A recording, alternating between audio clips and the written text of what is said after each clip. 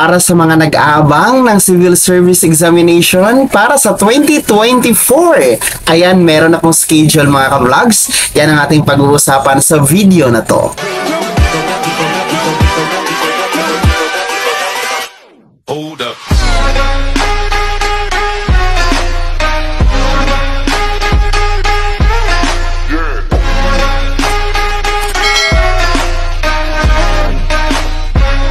Hello mga ka-vlogs! Saan ka mang dako sa mundo? Welcome dito sa aking YouTube channel. Kung bago ka pa lang dito and nais mo ang mga informative content na andito po sa aking YouTube channel, ay maaari nyo pong i-click ang ating subscribe button pagkatapos mo mapanood ang video na to. And hello nga po sa ating team Facebook. Kung sa Facebook po kayo nakapanood ng tutorial na ito. So ito na nga mga ka-vlogs, naglabas na po ng schedule of application and schedule of examination dito sa Civil Service Examination for the year 2024. First batch po yan mga ka-vlogs. So ito po ang ating i-discuss sa video na to, and bago po yan ay atin munang tatalakayin kung ano nga ba itong Civil Service Examination. Ang Civil Service Examination mga ka-vlogs ay isang examination na kinakandak po ng Civil Service Commission or the CSC, at ito po ay ginaganap twice a year, no, para ma-determine na kung sino ang mga qualified na makapasok or makatrabaho sa gobyerno. Meron pong dalawang types sa pag-exam dito sa Civil Service Examination mga ka-vlogs. Unang-una po ay ang tinatawag na sub-professional level. Kung saan ang level naman na ito ay para sa mga hindi nakatapos or hindi nakagraduate ng 4-year course sa kolehiyo. And para sa level na ito ay para naman ito sa mga applicants na gustong magtrabaho sa mga first level position diyan sa may gobyerno mga ka-vlogs, kagaya po ng administrative or clerical na mga positions. Ang sub-professional level ay mayroon pong kabuuan na 165 items, yung examination, and meron pong limit na 2 hours and 40 minutes. So 2 hours and 40 minutes, yan po yung limit na matapos nyo ang examination. Matapos or hindi, ay dapat tapusin na talaga mga ka-vlogs.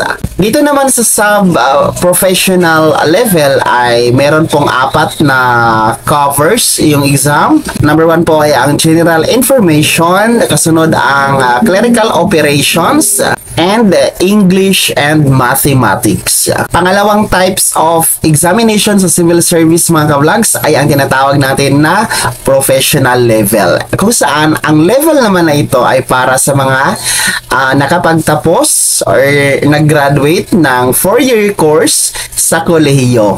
Kung saan ang mga applicants naman sa examination na ito ay para naman po sila sa mga first and second positions, no? Both po mga ka-vlogs, pareho first and second level of positions dyan sa gobyerno. And syempre dito sa professional level mga ka-vlogs ay para na din po ito, no, sa mga nagnanais ng mga managerial position. Ayan, so meron sila mga opportunities na ma-promote into managerial position mga ka-vlogs. Kasi nga po ay para po ito sa mga nakapagtapos ng 4 na taon na kurso dyan sa kolehiyo. Hindi po kagaya doon sa sub-professional level, no? Dito naman sa professional level mga ka-vlogs ay medyo mahaba-haba yung time limit sa pag-exam, kung saan meron pong 3 hours and 10 minutes ang ibibigay po sa mga examinees for professional level, at meron po itong 170 items na kung saan ay meron pong 5 covers yung exam. Una-una po dyan ay ang analogy, English and mathematics, general information, and logic reasoning. Meron pong dalawang modes or paraan sa pag-take ng exam sa civil service mga ka-vlogs, no? Meron pong dalawang paraan paano tayo makapag-take ng civil service examination. Una po, yung tinatawag natin na PPT, kung saan this stands for paper and pen test. no, kung saan ang mode na ito ay ito yung traditional na pag-take ng exam kung saan po binibilugan po natin yung circle, no, yung mga choices gamit po ang black point ball pen. Yan, so tinatawag po yan na paper pen test. Ang pangalawa naman po na mode of pagkuha ng exam sa civil service mga vlogs, ang tinatawag natin na computerized examination. So, gamit po ang computer, no? Parang online din po siya mga vlogs. And of course, ginagawa po ito sa mga testing center na accredited po ni civil service mga vlogs, yung computerized examination. Pero sa ngayon po kasi mga vlogs, no, mostly ginagamit pa rin yung traditional. It is the paper and pen test, the PPT mga vlogs ni civil service during the examination. So depende na din po kasi yan sa memorandum ni civil service examination kung ano po yung gagamitin na mode of taking yung examination sa Civil Service Commission mga ka-vlogs. Pero parang mas easy or mas hindi masyadong tawag nito, mahirap yung computerized, no? Kasi madali lang sa computer kasi mga ka-vlogs, no? Unlike sa traditional. So for me lang naman, no, mas preferred ko yung computerized examination.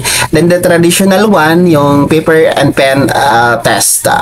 So ngayon mga vlogs, dito naman tayo sa mga requirements, no? Sa mga hindi pa nakakaalam kung ano-ano ang mga requirements sa pag-apply, no? Sa pag-submit ng application dan sa mga respective na Civil Service Commission Office kung saan man kayo mga ka-vlogs. So meron lamang po tayong 4 na requirements para tayo ay ma-qualify, no, sa examination nga dito ni Civil Service Examination. Unang-una po dyan, kailangan po natin ng accomplish application form, kung saan po ang accomplish application form ay libre lamang po ito, hindi po to siya pinagbibili, no? This is not for sale.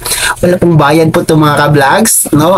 Available po ang Civil Service Examination application form sa Civil Service Office kung saan man kayo. Pwede kayong manghingi dyan mga ka-vlogs, no? Of course, pwede din kayong mag-download sa inyong cellphone or laptop, no? And kayo na din po ang mag-print, no, gamit po ang A4 na size, no, dito sa accomplish application form ni Civil Service Examination. So punta lamang po kayo, no, sa inyong Google and i-search nyo lamang po ang accomplish application form for Civil Service Examination, no, ka-vlogs. Lalabas po yan. But take note talaga na naka A4 size po talaga ang papel na gagamitin nyo dyan mga ka-vlogs. Dalawang requirements ay kailangan po ninyo ng 4 na passport size ID, no? Picture nyo na passport size mga ka-vlogs, no? White background, meron pong name tag yan dapat mga ka-vlogs, no? Meron po yung name tag. Actually, kung pupunta kayo sa mga computer shop, no, sa mga tawag nito, mga shop na nagpapa-picture, ayan, ano bang tawag dyan, no? Picture shop.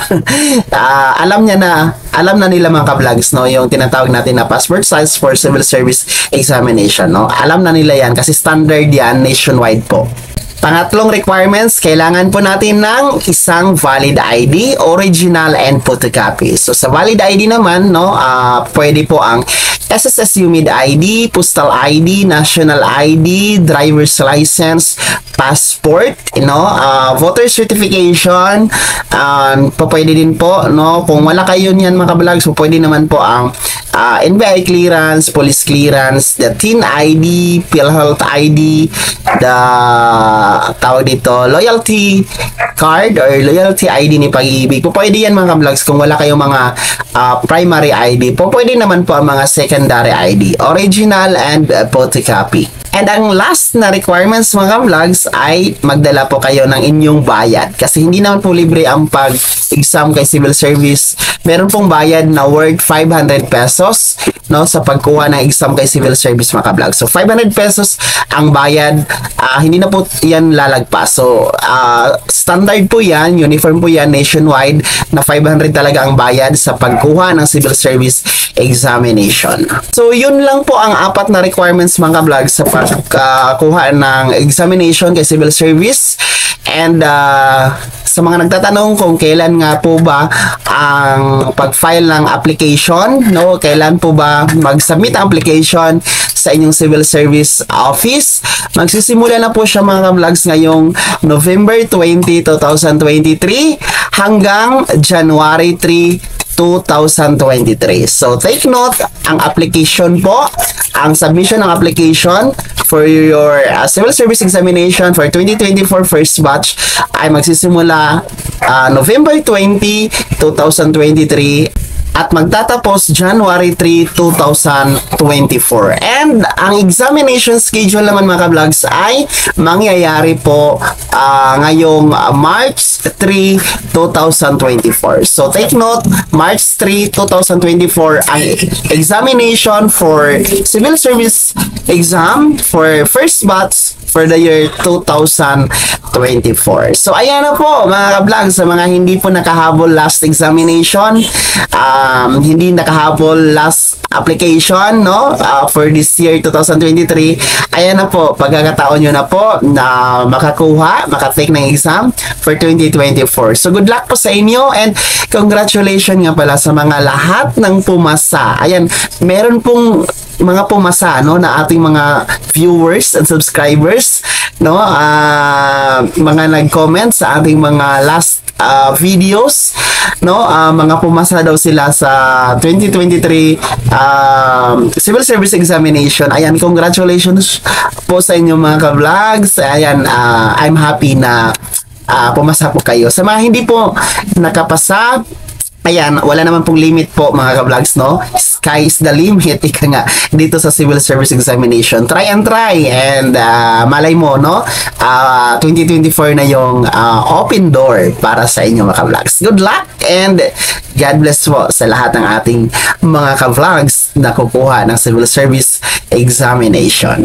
Kung hindi ka pa nakasubscribe dito sa aking YouTube channel, maaari mo na pong i-click ang ating subscribe button na nasa baba. Huwag mong kaligtaan na i-turn on ang notification bell. Ilagay mo sa all para updated ka sa mga bagong videos na i-upload ko. Maaari mo rin i-like ang video na to. Kung meron ka pang mga katanungan, ay maaari mo i-komento sa comment section na nasa baba. And you can follow me sa aking official Facebook page na nasa screen niyo. Muli po, ito si Daniel Timpawa na nagsasabing, kung tunay kang kaibigan, please, pautang naman dyan. Bye-bye!